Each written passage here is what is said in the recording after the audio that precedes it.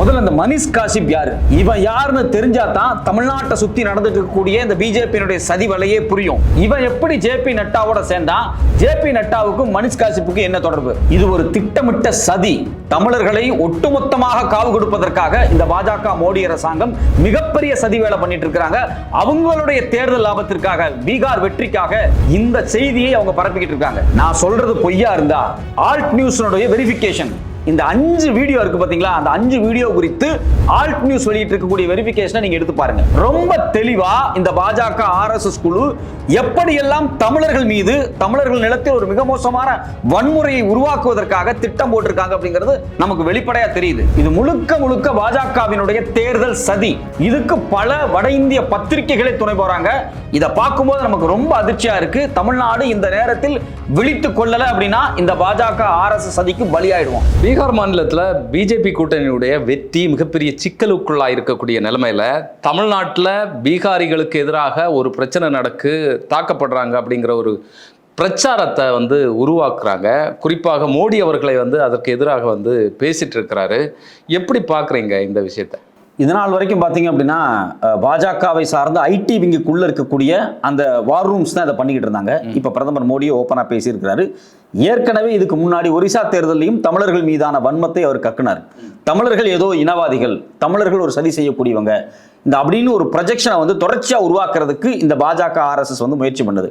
இப்போ இந்தியாவில் பார்த்தீங்க அப்படின்னா காஷ்மீரிகள் மீது ஒரு மிக மோசமான ஒரு இனவாத எண்ணத்தை, ஒரு வன்முறை எண்ணத்தை, மதவாத எண்ணத்தை எப்படி இந்தியா முழுக்க விதைச்சிருக்கிறாங்களோ அதே போல தமிழர்கள் மீது விதைக்கிறதுக்கான வேலை தொடர்ச்சியா நடந்துகிட்டே இருக்கு. தமிழர்கள் ஒரு பிரிவினைவாதிகள், தமிழர்கள் ஒரு இனவாதிகள், மொழி வெறியர்கள். ஆமா, மொழியில இருந்து தான் தொடங்குது. இதை தொடர்ச்சியா ப்ரொஜெக்ட் பண்ணிட்டே இருக்காங்க தமிழர்கள் மேல. இதை பெருசா செய்யறது யாருன்னு பாத்தீங்கன்னா இந்த பாஜக RSS கும்பல் தான் செஞ்சுக்கிட்டு இருக்காங்க. இப்போ இந்த இன்சிடென்ட் இப்போ என்ன பண்ணியிருக்காருன்னா, மோடி வெளிப்படையாக பீகாரில் எலெக்ஷனில் பேசுகிறாரு. அதாவது பீகாரிகளுக்கு பாதுகாப்பு இல்லை, குறிப்பாக தமிழ்நாட்டில் இருக்கக்கூடிய பீகாரிகளுக்கு பாதுகாப்பு இல்லை அப்படிங்கிற ஒரு ரூமரை பண்ணியிருக்காரு. இது முதல் முறை கிடையாது. 2024 தேர்தலுக்கு வந்துச்சு பார்த்தீங்களா, பாராளுமன்ற தேர்தல், அதுக்கு சில மாதங்களுக்கு முன்னாடி இதே மாதிரியான ஒரு ரூமர் கிளப்பப்பட்டுச்சு. அப்போ என்ன திட்டமிட்டு நடக்கப்படுது அப்படின்னா, ஒரு 5 வீடியோக்களை தனித்தனியாக சோசியல் மீடியாக்குள்ளே பரப்பப்படுறாங்க. இந்த வேலையை முதல்ல செய்யறது யாருன்னு பார்த்தீங்க அப்படின்னா மனிஷ் காசிப் அப்படிங்கக்கூடிய ஒரு நபர். இந்த நபர் இந்த இன்சிடென்ட்டுக்கு பிறகு அவர் அதுக்கு முன்னாடியும் RSS வார் ரூம் பாஜக தான் இருந்தவர். வெளிப்படையா ஜேபி நட்டா தலைமையில அவர் பாஜகலையே இணைஞ்சிட்டார். அவர் யூடியூபர். ஆமா, அவர் ஒரு யூடியூபர், அவர் இந்த சோசியல் மீடியா இன்ஃப்ளூயன்சர், இது மாதிரி வேலைகள்லாம் பண்ணுவார். ஒரு 5 வீடியோ லிட்டரலா, அந்த வீடியோல என்ன, வீடியோனுடைய கருத்து என்ன அப்படின்னா, ஒருவர் இன்னொருத்தரை தாக்குவது, இல்ல ஒரு கும்பல் ஒரு நபரை தாக்குவது, இல்ல 2 கும்பல்களுக்கு இடையில் நடக்கூடிய அடிதடி, இதை எடுத்து போட்டு தமிழ்நாட்டில் மைக்ரண்ட் லேபர்ஸுக்கு பாதுகாப்பு இல்லை, கொலை பண்றாங்க அப்படிங்கிற ரூமர் அவங்க கிளப்பினாங்க. ஆக்சுவலி அந்த வடமாநில தொழிலாளர்களுக்கு உள்ளாலே நடந்த பிரச்சனை. சில விஷயங்கள் வடமாநில தொழிலாளர்களுக்கு உள்ள நடந்த விஷயம், சில விஷயங்கள் அது பெரும்பாலும் தமிழ்நாட்டிலே நடக்காத விஷயங்கள். நிறைய விஷயங்கள் கர்நாடகாவில் நடந்த விஷயங்கள், வேற எங்கேயே நடந்த விஷயங்கள். இப்போ அதில் 2-3 இன்சிடென்ட் மட்டும் சொல்றேன் பாருங்க. முதல்ல ஒரு நபர் பவன் யாதவ் அப்படிங்கக்கூடிய ஒரு பீகாரி. அவர் ஒரு குரூப் ஒரு கத்தி வச்சு அவரை அடிச்சு கொலை பண்றாங்க. இது ஏன் நடக்குது அப்படின்னா, ஜார்க்கண்ட் மாநிலத்தை சார்ந்த ஒரு நபரும் அதே மாதிரி பீகார் மாநிலத்தை சார்ந்த எல்லாரும் ஒன்னா திருப்பூர்ல வேலை பார்த்துட்டு இருக்கும்போது ஜார்க்கண்ட் மாநிலத்தை சார்ந்த ஒரு நபருடைய மனைவி இருக்காங்க பார்த்தீங்களா, அவரோட இவருக்கு இல்லீகலா ஒரு அஃபேர்ஸ் இருந்துச்சு அப்படிங்கிறது கண்டுபிடிக்கப்பட்டு அவங்க 2 பேருக்குள்ள நடக்கக்கூடிய ஒரு பர்சனல் சண்டை, அது வீடியோ எடுக்கப்பட்டு தமிழர் ஒரு பீகாரியை வெட்டி கொலை பண்றார் அப்படிங்கிற மாதிரி பரப்பிட்டாங்க. இது ரொம்ப இது ஆல்ட் நியூஸ் அப்படிங்கக்கூடிய ஃபேக்ட் செக் டீம் இதை செக் பண்ணாங்க. அப்துல் ஜுபேர் அப்படிங்கக்கூடிய fact checker, one of the best fact checker in India, அந்த ஃபேக்ட் செக்கர் அதை செக் பண்ணி உடனே அப்போ வீடியோ வெளியிட்டு இருந்தார். இதை தமிழ்நாடு அரசு பாராட்டி அவருக்கு விருதெல்லாம் கொடுத்தாங்க. இது மாதிரி 5 வீடியோக்களையுமே பார்த்தீங்க அப்படின்னா அந்த ஆல்ட் நியூஸ் அப்படிங்கிறவங்க உடனே கிராஸ் வெரிஃபை பண்ணி இதெல்லாம் ஃபேக் நியூஸ் அப்படிங்கிறத உடனே ப்ரூவ் பண்ணாங்க. 2வது இன்சிடென்ட் கிருஷ்ணகிரியில் நடந்துச்சு தமிழ்நாட்டில். மோனு ரவிதாஸ் அப்படிங்கிறவர் பார்த்தீங்க அப்படின்னா தன்னுடைய ரூம்ல சூசைட் பண்ணி செத்துறாரு. இவரை அடிச்சு தான் கொன்னாங்க அப்படின்னு ஒரு ரூமரை கிளப்புறாங்க. அந்த மோனு ரவிதாஸ் ரூம்ல தங்கி இருக்கிறார். அவருக்கு தமிழ்நாட்டில் வேலை செய்ய விருப்பம், ஒரு ஊருக்கு போகணும் அப்படின்னு விருப்பப்படுறாரு. அவர் யார் கூட தங்கி இருக்காருன்னா அவர் சொந்த அண்ணன் கூட, அவர் பேர் சோனு, இன்னொருத்தர் பேர் துல்சி, இவங்களோட தான் தங்கி இருக்கிறார். இவங்க அண்ணனோட தங்கி இருக்கிறாரு, அவருக்கு வந்து வேலை பிடிக்கல, ஊருக்கு போகணும், ஹோம் சிக்கு, ஏதோ பிரச்சனை. அவர் வந்து அவங்க அண்ணன் கூட இருக்கும்போதே ஒரு தூக்கில் தூங்கிட்டாரு.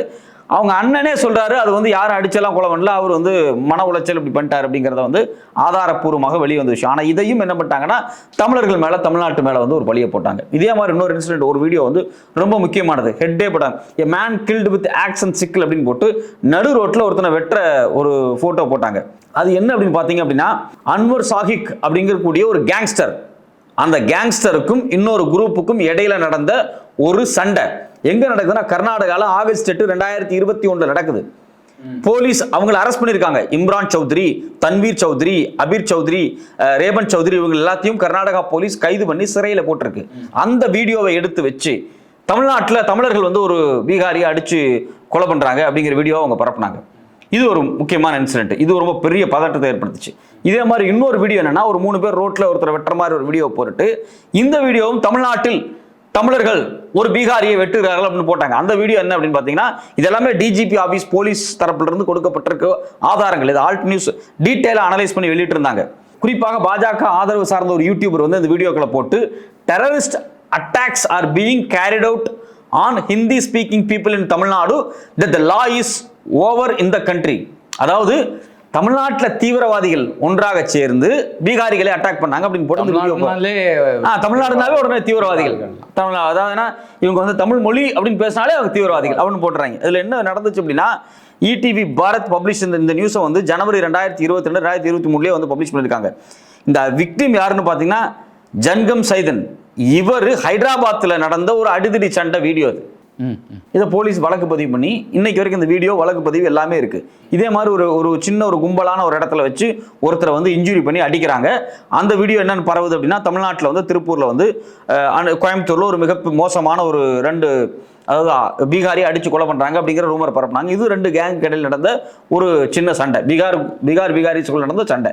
ஸோ இது எல்லாமே வந்து எப்படின்னா, இந்த வீடியோஸை எடுத்து போட்டு இந்த வீடியோஸை காவல்துறையுடைய சைபர் டீம் அனலைஸ் பண்ணி எது எங்க நடந்தது அதோட நிறுத்தல, இந்த சம்பவத்துக்கு என்னென்ன வழக்குகள் பதியப்பட்டிருக்கு அப்படின்னு. அப்ப கிருஷ்ணகிரியில் நடந்தது, ஹைதராபாத்ல நடந்தது, கர்நாடகாவில் நடந்தது, இது எல்லாத்தையும் எடுத்து வச்சு தமிழர்கள் தலையில எழுத்து. தமிழ்நாட்டில் பீகாரிகளுக்கு பாதுகாப்பு இல்லை, பீகாரிகள் வந்து இங்க பாதுகாப்பா இல்லைன்னு ஒரு எஸ்டாப்ளிஷ்மெண்ட்டை கிரியேட் பண்ணாதான் பாஜகவுக்கு பீகார்ல ஓட்டு வரும். இப்போ தமிழ்நாட்டில் திமுக ஆட்சி, திமுக இந்தியா கூட்டணியில் இருக்காங்க. அங்க பீகார்ல தேஜஸ்வி யாதவ் ஆர்ஜேடி வந்து இந்தியா கூட்டணியில் இருக்கு. ஸோ இந்தியா கூட்டணி பீகாரிகளை பாதுகாக்கவில்லை, வெளிப்படையா சொல்ல போனா பாஜக தான் பாதுகாக்குது அப்படிங்கிற மாதிரியான ஒரு நரேஷன் செட் பண்றாங்க. இதுல இன்னொரு முக்கியமான விஷயம் என்ன அப்படின்னா, அண்ணாமலையினுடைய வீடியோ அப்பவே வெளியே வந்துச்சு.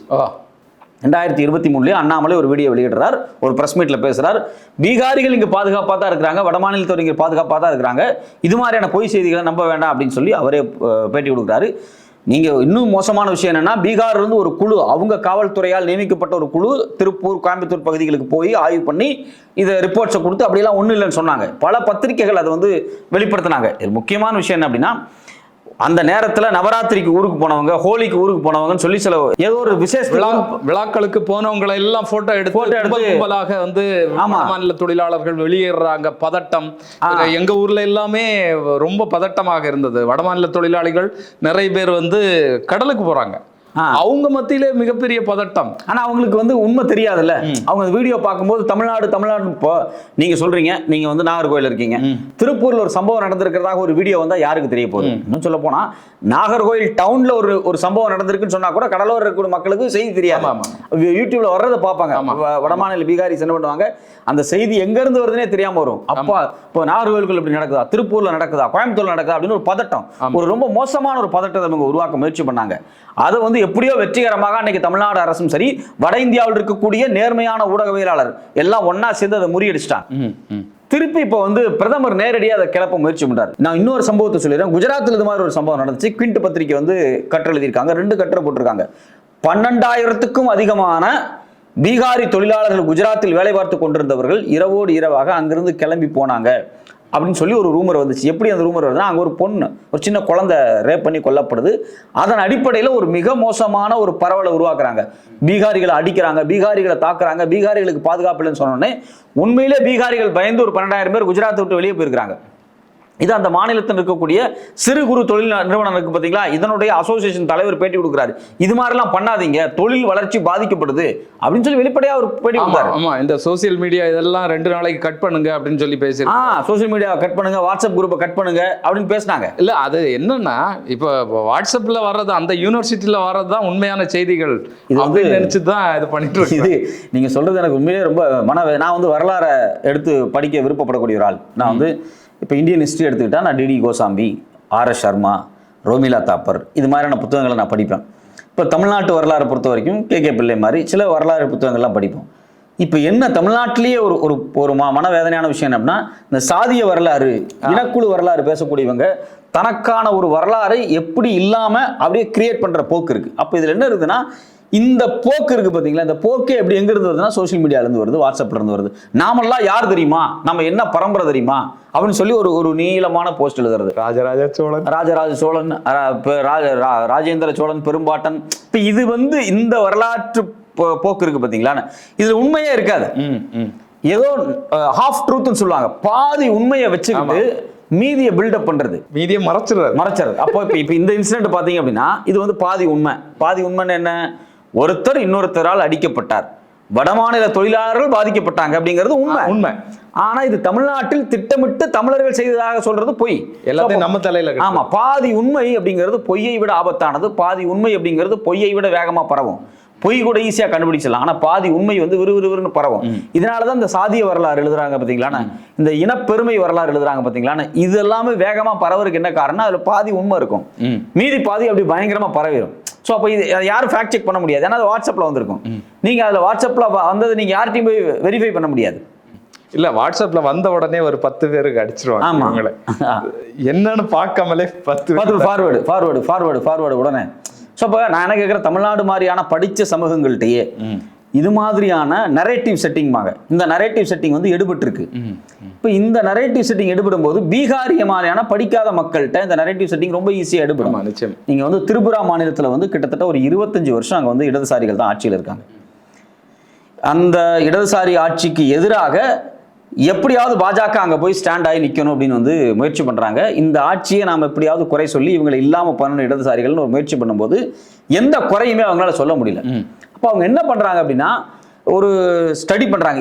இந்த வேலையை முழுமையாக திரிபுராவில் உட்கார்ந்து செய்த ஒரு பாஜகவினுடைய முக்கியமான நபர் எழுதின புத்தகத்திலிருந்து தான் நான் சொல்கிறார்.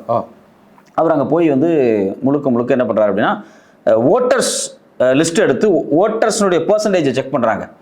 அதில் பிலோ 35% அப்படிங்கிறது 35 வயதுக்கு கீழே இருக்கக்கூடியவங்க 41% பேர் இருக்கிறாங்க. ஸோ அப்போ பாஜக என்ன பண்ணுது அப்படின்னா, இந்த 35% பேர் கண்டிப்பாக வாட்ஸ்அப், ஃபேஸ்புக் யூஸ் பண்ணக்கூடிய நபர்கள், 35 வயசு கீழே இருக்கக்கூடிய அந்த 41% பேர், இவர்களுக்கு எப்படியாவது ஒரு ரூமரை கட்டி அமைக்கணும் அப்படிங்கிறதுக்காக இவங்க என்ன பண்ணுறாங்க அப்படின்னா, அந்த இடதுசாரி ஆட்சி குறித்து அங்கங்க நடக்கக்கூடிய சில அசம்பாவிதங்கள் இருக்கு பாத்தீங்களா, அந்த சின்ன விஷயங்களை அவங்களுக்கு ஏற்ற மாதிரியான ஒரு நரேட்டிவை செட் பண்றது. அந்த நரேட்டிவை செட் பண்ணி பாஜக வெற்றி அடைஞ்சு லெனின் சிலை, மார்க்ஸ் சிலை எல்லாம் உடைக்கப்பட்டுச்சு.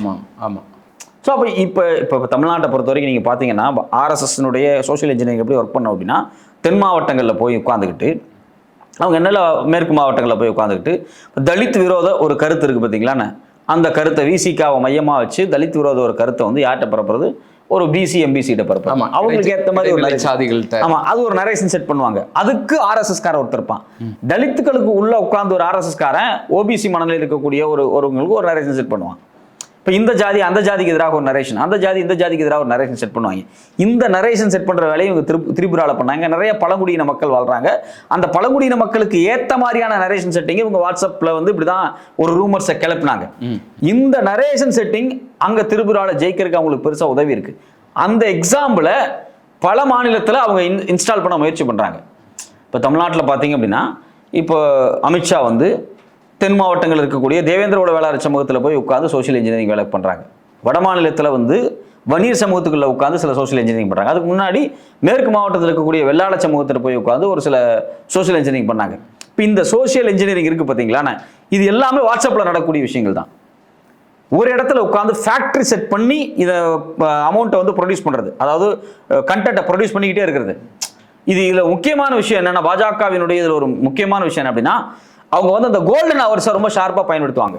கோல்டன் ஹவர்ஸ் அப்படிங்கிறது திட்டமிட்டு ஒன்னை உருவாக்குவதற்கு முயற்சிகள் நடந்து கொண்டே இருக்கும். ஆனால் எல்லா முயற்சிகளும் வெற்றி பெறாது. 10 அட்டம்ப்டை வந்து ஆர்எஸ்எஸ் வந்து இது மாதிரி ரூமர் பண்ண முயற்சி பண்ணதுன்னா ஒன்று தான் பாசிபிளா இருக்கும். அந்த ஒன்று ரைஸ் ஆகுது இல்ல இவங்க கிரியேட் பண்ணாம ஆட்டோமேட்டிக்காவே ஒன்று ரைஸ் ஆகுதுன்னு இயல்பாகவே சில விஷயம். இப்போ குஜராத்தை பொறுத்த வரைக்கும் ஒரு குழந்தை, சின்ன குழந்தை ரேப் பண்ணப்பட்டு கொல்லப்படுது. இப்போ இது ஒரு சோசியல் பதட்டத்தை உருவாக்கும் போது அந்த கோல்டன் ஹவர் இருக்கும், அந்த 24 hours கோல்டன் ஹவர் இருக்கு பார்த்தீங்களா, அப்போ ஒரு நரேஷன் செட் பண்ணி விறுவிறுன்னு செய்திகளை இறக்கி விடுறது. அது அப்படியே ஒரு பெரிய பூதகரமாக கிளம்பி. நீங்கள் விஜய் விஷயத்தை எடுத்துங்க, 41 பேர் இறந்தாங்க கரூரில்.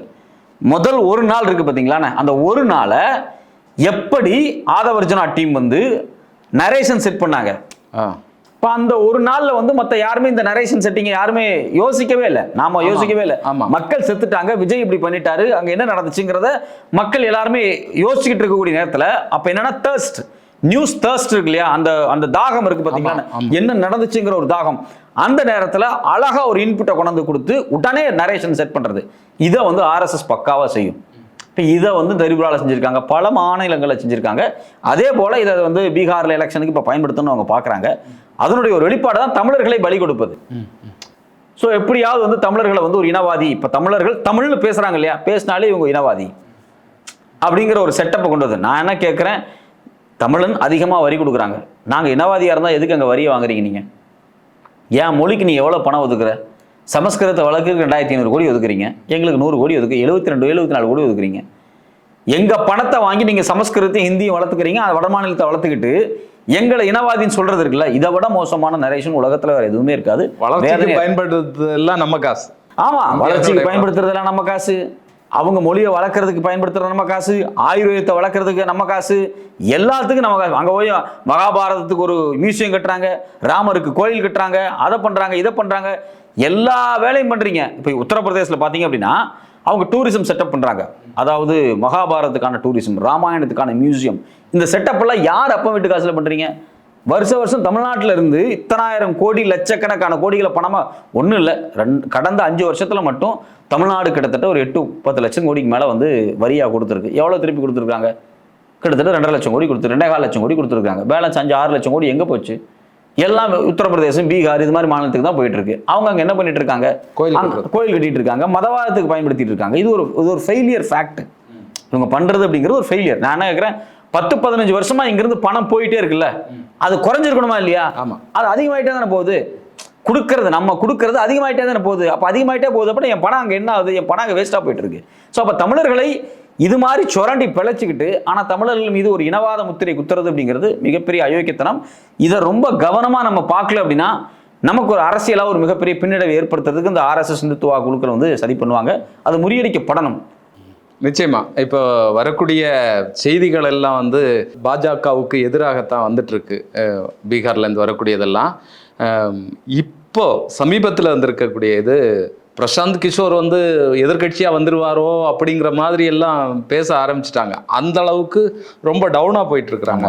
அப்போ வரக்கூடிய நாட்களில் இன்னும் வீரியமாக பிஜேபியும் ஆர்எஸ்எஸும் அவங்களுடைய வேலைகளை செய்கிறதுக்கான அந்த ஆயத்த பணிகளை வந்து மேற்கொள்வாங்க அப்படிங்கிறது தான் பார்க்க வேண்டியது இருக்குது. நீங்கள் சொன்ன மாதிரி ரொம்ப கவனமாகவும் எச்சரிக்கையாகவும் இருக்க வேண்டியது தமிழர்களுடைய கடமை.